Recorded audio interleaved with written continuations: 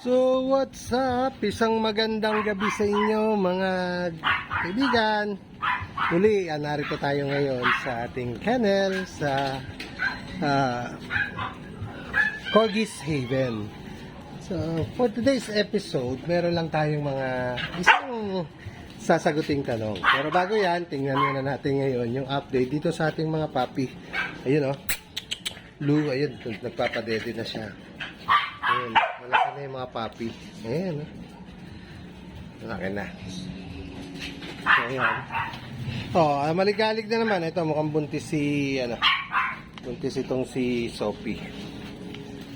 So, meron lang tayong sasaguting tanong. Ano ito? Ito yung tanong na kasi yung regarding sa parasite. So, parasite. Ang tanong ng ating viewers, sabi niya, tabi. Sir, tanong ko lang, halimbawa nagwe-whelping ang isang aso, tapos nagkaroon ng parasite like garapata, yung mga puppy, maging yung dam. So, pwede bang purgahin? Pwede bang painumin ng para sa parasite? So, meron namang, ang sagot ko dyan, oo, pwede. Meron naman kasi akong ginagamit, pero hindi ko sasabihin dito. Kung gusto nyo malaman, just comment sa comment below, then sagutin ko po kayo. So, ito ang ginagamit ko, wag pong ivermectin. Kasi pag ivermectin, talagang hindi maganda. Lalo na kapag yung nagbubuntis. Pero yung ginagamit ko na pamurga, pati parasite noon, pati yung bulati niya, yung kanyang yung mange, yung galis, maging yung garapata, basta't lahat ng parasite sa katawan ng aso natatanggal. Pero hindi siya delikado sa asong nagbubuntis. Katulad doon si Sophie. So, binigyan ko rin siya ng pamurga na yon para malinis. Kasi every 6 months nagbibigay ako noon para hindi sila akyatin ng garapata. Kasi nga, ang garapata nanggagaling yan sa mga galang aso. So, yung local dogs natin, no? Kasi carrier talaga siyan sila. So, balik tayo. Katulad nito, meron tayong puppy. So, ayan. Ang ginawa ko, ang pinainom ko, yung kanilang dam. Yung nanay nila. Ayan, tingnan nyo. Ayan. Ayan na yung puppy natin. So, wala pang pangalan yan, yung ating Tapos, ayun yung male. So, yung dam ang pinainom ko. Then, dahil dumedede pa sila, malilipat din sa kanila yung epekto ng gamot. So, ayan, safe sila. Para na rin silang then, kasama na purga, pati yung garapata matatanggal, at hindi rin sila akyatin ng mange o ng galis. So ayan, si Basti ganun din.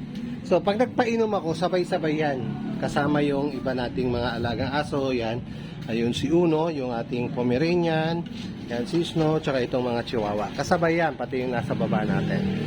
So pag gusto nyong malaman yung gamot na yon, just comment below, and then ibigay ko sa inyo yung gamot na safe.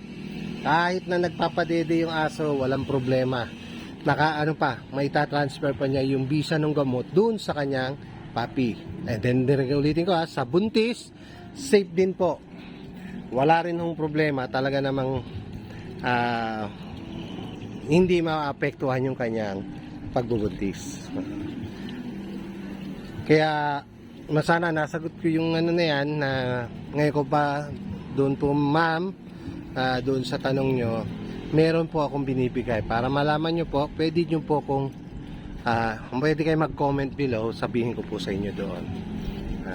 Actually, wala namang sikreto, so hindi ko lang sasabihin dito sa ating sa ating video. Pero pag minessage nyo po ako, tatuloy ko na po sa inyo. So sana makatulong sa inyo yung itong ating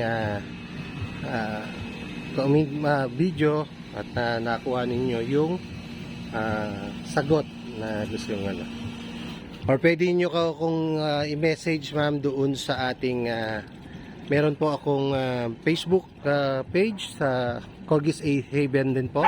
Message nyo lang po ako doon, sabihin ko po sa inyo. Ano yan. Maraming salamat po. So dito muna tayo sa taas at enjoy. Mamaya palalabasin ko yung mga puppy para makatakbo-takbo. Stay tuned dito sa ating channel. Welcome to Corgis Haven. Pag Corgi ang kasama, araw mo'y kay saya. Maliit na katawan pero big ang ngiti. Short legs, fluffy butt, nakakawala ng stress sa gabi. Tingin pa lang, nakaka-good vibes. Sa bawat wiggle-wiggle, tanggal agad ang lungkot vibe. Di mo kailangan lumayo pa, dito lang sa Corgis Heaven, saya'y nadarama. Cuteness overload, totoo yan. Alagang Corgi, sulit ka dyan.